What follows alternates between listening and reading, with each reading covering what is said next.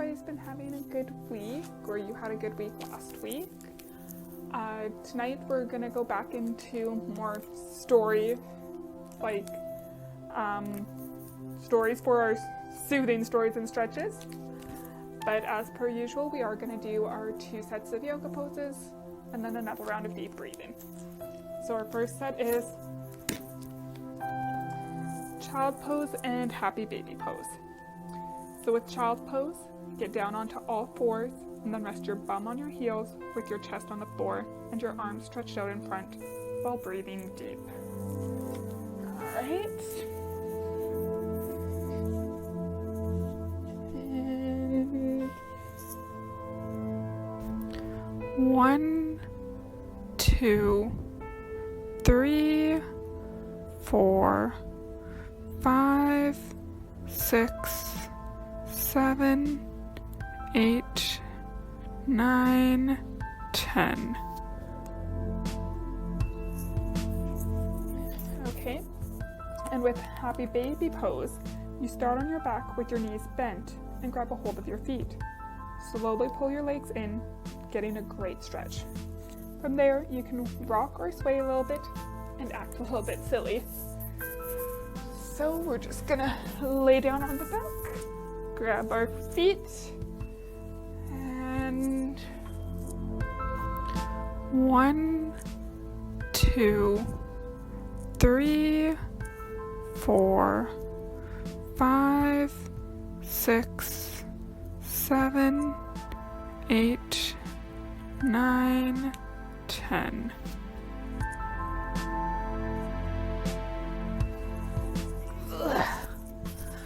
Alright, and our second set of yoga poses tonight is tree pose. Stand tall and reach your arms above your head like branches on a tree. Place one foot firmly on the ground and then bring the other foot on the inside of your knee. Breathe deeply. So this one, because we have to do it on both sides, it is balanced, so only one. So we're going to start by planting our left leg firmly, bring our right leg up, and 1, 2, 3, 4, 5, 6, 7, 8, 9, 10.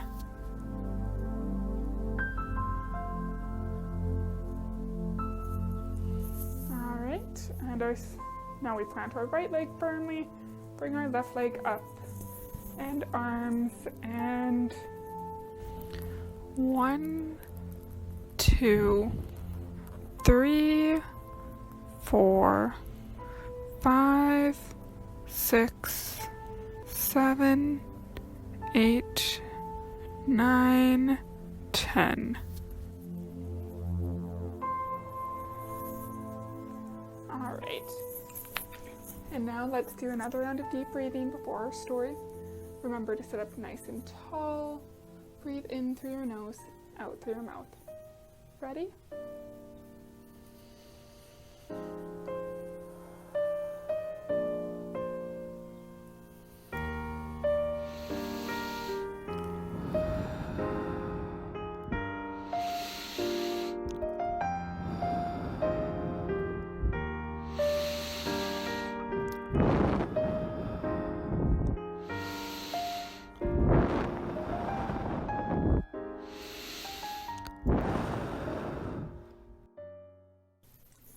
Are you guys still enjoying the yoga?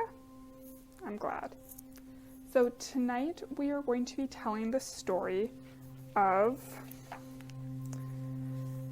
Manka and the Judge. So this is a German folk tale, or at least one version of it, the version where she's named Manka. And I rediscovered this fairy tale in a book called Clever Gretchen and Other Forgotten Fairy Tales, which was gathered together by Alison Laurie and illustrated by Margaret Toombs. And again, it's a book you can get from the library. I'm not going to read it word for word because I do remember slightly different versions of this growing up.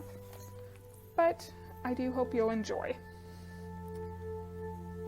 Once upon a time, in a land far, far away, there were two peasants, one who was well off and the other who was poor. They were digging together in the field, and as they turned over the earth, they found a cup made of gold. "'Tis mine!" shouted one, "for I saw it first." "No," cried the other, "'tis mine because I turned the earth." At last they agreed to go before the judge and let him decide on the matter. Now, the judge in this town was young and had not long been in his post, and he was puzzled by the case. So he said to the peasants that he would give them 3 riddles, and whoever could give them the right answers within 3 days should have the cup. And the riddles were: what is the richest thing in the world? What is the heaviest thing in the world? And what is the swiftest thing in the world? The well-to-do peasant went home and told his wife what the judge had said. "Oh, that's easy. The richest thing in the world is the king. The heaviest is iron. And the swiftest is surely our bay mare, for she can outrun any horse in the county."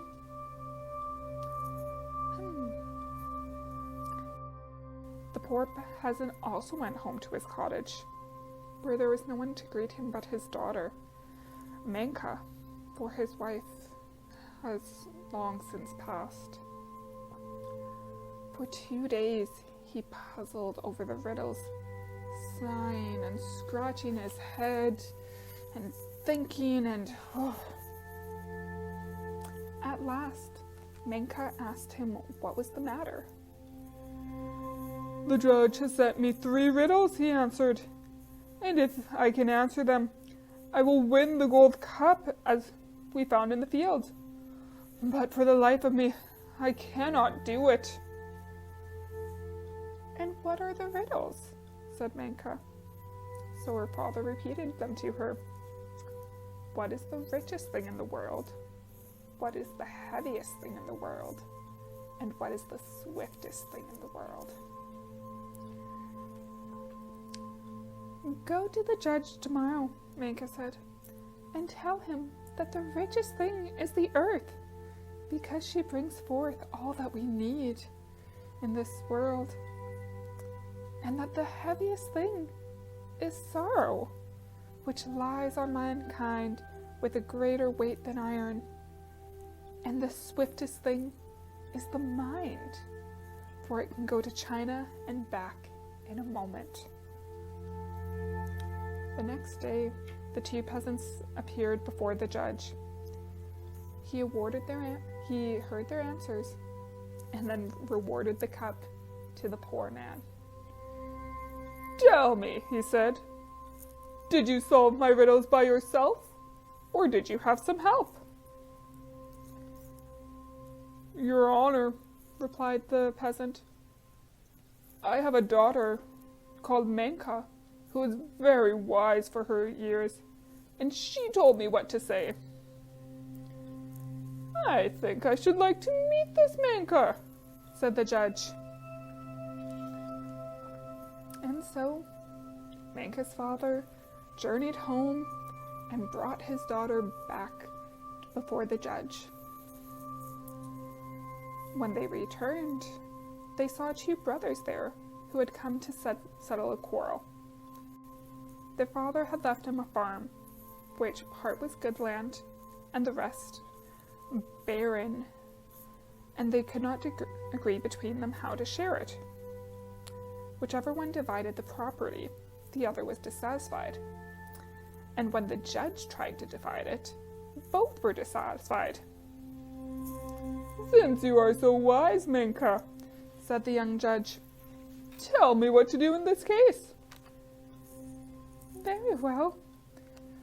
Let one brother divide the farm, and let the other take first choice. And so it was done, and both men went away content. The judge looked again at Manka and saw that she was as pretty as she was clever. "I think I would like to get to know you, and perhaps marry you." Manka was willing, and so it was arranged. Eventually, after getting to know each other and spending much time together, the judge and Manka were wed. But the judge did have one request of his bride: that she should never interfere with his judgments in court. And so the two were wed, and they lived together in contentment and happiness. One day, however, two peasants came to court. They had been hauling goods to market, and a mare belonging to one of them had laid down under the other and given birth to a foal. Both men claimed the foal as theirs. The judge heard the case and decided in favor of the man who owned the cart, saying, "Where the beast was born, let it there remain." Now, the peasant who had lost the case had heard that the judge's wife was both wise and kind, so he went to her and told her the whole story. At first, Manka did not feel that she could help him because of her promise, but he wept so that at last she said, "If you will swear not to give me away, I will tell you what to do. Tomorrow morning, take a pail of water and a fishing rod, stand in the road where my husband will pass, and drop your line in as if you were fishing." And then she told him what to say to the judge. The next day, when the judge was on his way to court, he saw the peasant standing on the road. "What are you doing there?" "Fishing," said the man. "But you silly man, you can't catch fish in a pail of water." "There's just as much chance as my catching fish in the pail as there is to a cart giving birth to a foal." The judge smiled and then frowned. "You were right," he said, "and I was wrong. You may pay back your fault, but first, you must tell me who it was that taught you how to answer me." For a while, the peasant man swore up and down that no one had aided him. But at last he confessed that it was his honor's own wife who had told him what to say. "I thought so." He never made it to court that day. He went home in a storm of rage and said to Manka, "You have broken your promise, and I cannot live with you any longer. You must go back to your father." "Very well, if that is your wish. I will go this evening after supper. Only give me leave to take whatever I love best in the house." "So be it," said the judge. "Take whatever you want." Manka threw her arms around him and kissed him, and they sat down to dinner. But as they ate, she slipped a sleeping potion into his glass, and he had hardly finished when he fell into a heavy sleep. When the judge was snoring, Manka called the servants and told them to set him in the carriage and drive with her to her father's house. There, they put him to bed. The judge slept well all night and part of the next day, and when he awoke, he didn't know where he was. He called for his servants, but there were no servants there. Instead, Manka walked in and said to him, Dearest love, you are at home with me in my father's cottage. You told me that I might take with me whatever in your house I love best, and I have done so. Her husband laughed and said, You are wiser than I. Let us go home, and from this day forth we shall sit in court together and give judgment. And so it was done. And they all lived happily ever after. The end. In this story, the riddles and their answers are very old, and the points made in them, and again at the end of the tale, is that human thoughts and feelings are more important than worldly goods.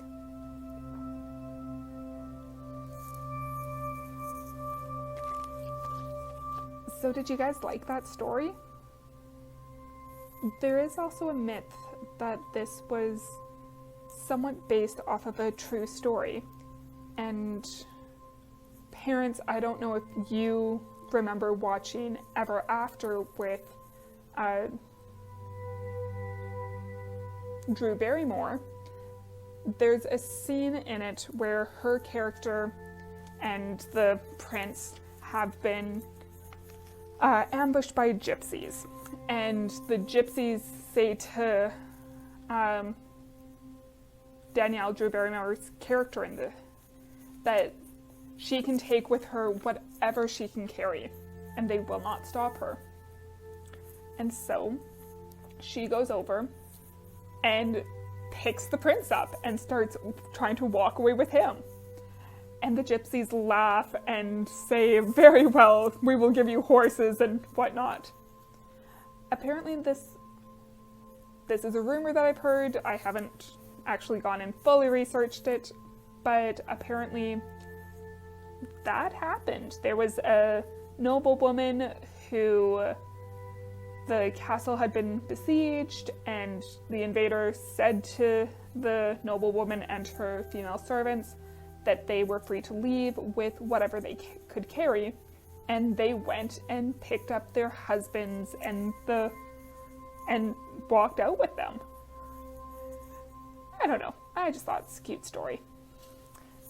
Let's go over and do our last set of yoga poses before we say goodnight.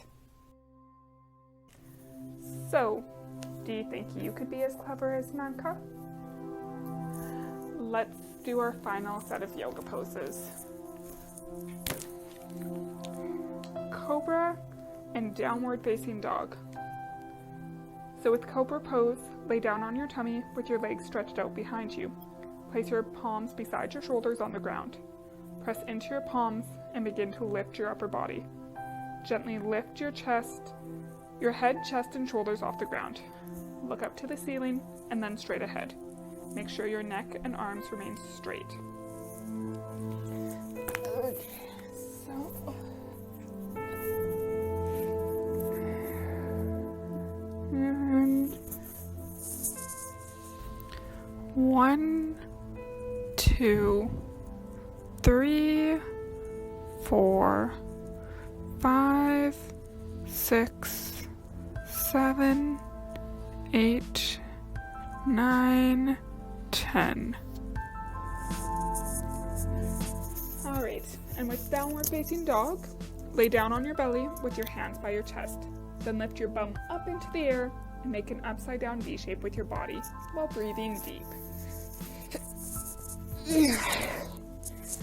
Alright, and 1, 2, 3, 4, 5, 6, 7, 8, 9, 10. And namaste. Let's do one more round of deep breathing before we drift off to sleep.